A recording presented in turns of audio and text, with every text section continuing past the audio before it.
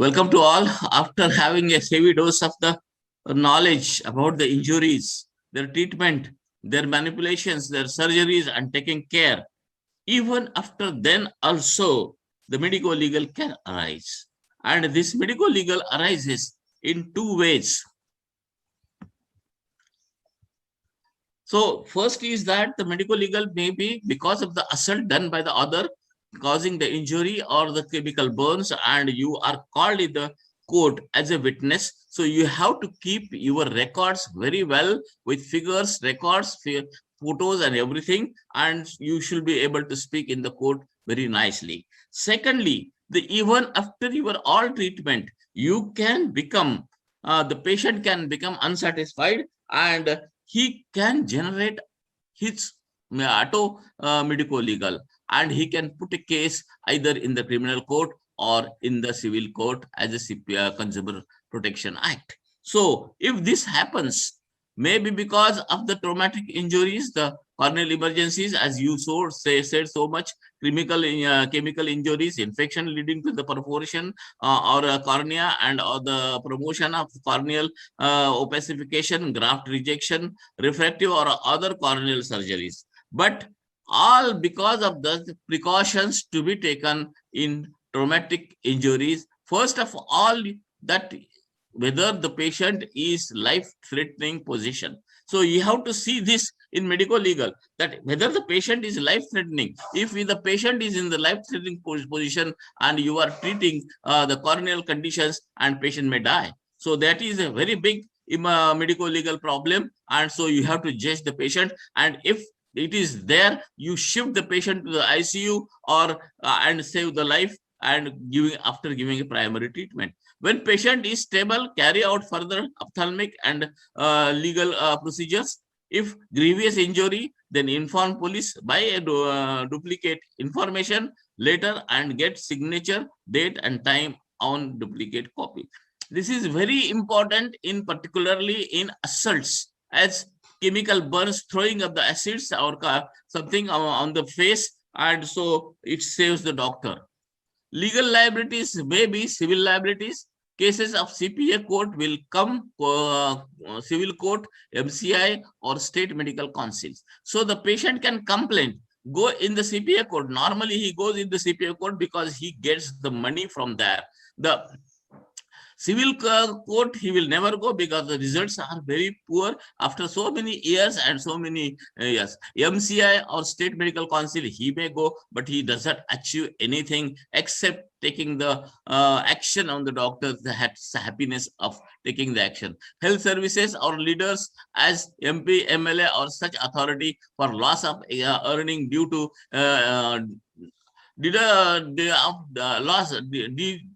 loss vision because of unfit or job of profession. So this may he can claim the money. Criminal liabilities, FIR in police station, criminal cases in criminal court, he can lodge down. The criminal complaint may be for negligence resulting in loss of reduction of vision or privation of organ or disfiguration of the face. That is, maybe that he was having 6 vision and he lost his and has come to 660 and he is not able to do the job. He can go for the criminal or a privation of the whole the eye has lost, he may say, and this is because of the negligence of the doctor. He has not taken the care when there was an emergency and he came to him, or disfiguration of the face because of the treatment of the doctor, or it is not true that nothing is blame true that doctor has intentionally done, but patient can claim that because of negligence of the doctor disfiguration is there. So under Consumer Protection Act CPA, the doctor or hospital is sued for negligence and not for complications which are mentioned in the textbook. So well remember that complication is not a negligence, but not knowing the complication, not taking proper steps to rectify it, not referring or not taking help of proper specialist, or leaving the patient on the unqualified or underqualified subordinates is negligence. So case is based on negligence in CPA court and not on the complication basis. So remember very well, the doctor will not be held responsible under negligence if the treatment is as per the standard textbooks and the accepted professional and practice, and still patient suffers a loss or injury. So this is the more important thing, that if you are treating the patient according to the books, journals or anything, but sometimes if you have tried a new thing on the patient, and patient may say that doctor he done the trials on me and he make me as the compensation.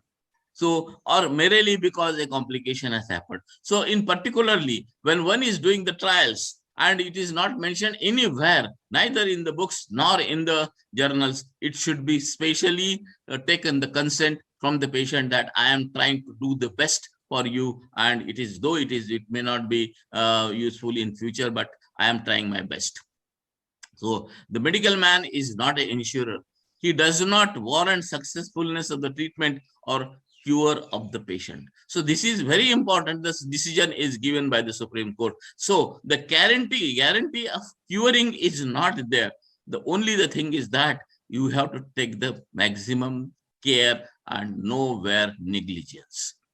The legal aspects of the corneal emergencies may happen in solo practice or in trust or the corporate hospitals. So the practitioner may be solo or it may be big hospital. The legal liabilities are different in solo practice and trust or corporate hospitals.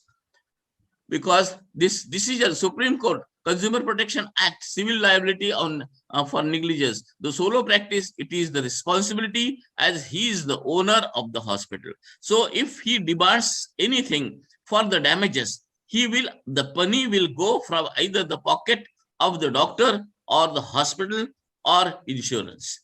So it is his only solo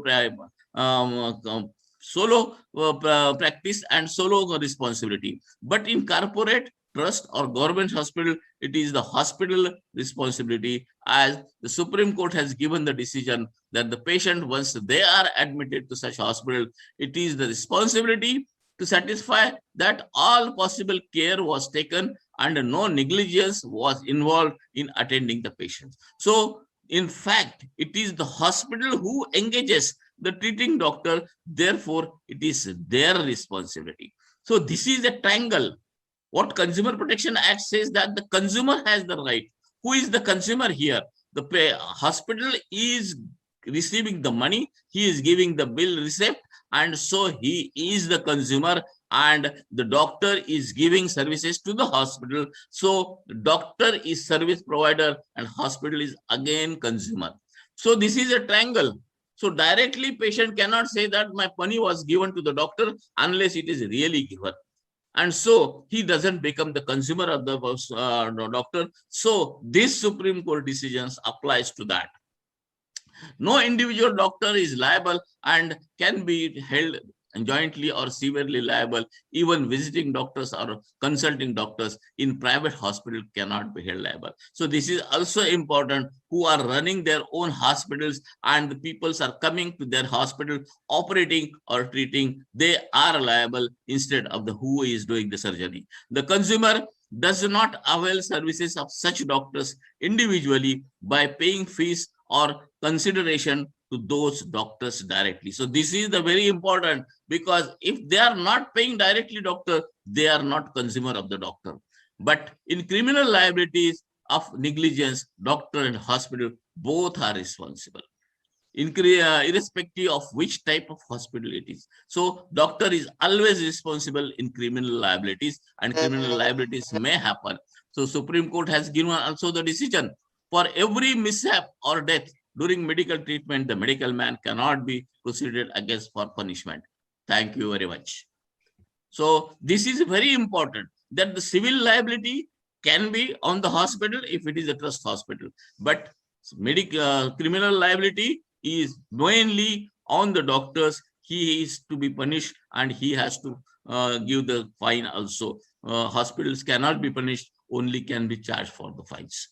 So this is very important thing. And so the corneal injuries causing loss or disfiguration may be a cause of medico-legal. Thank you very much.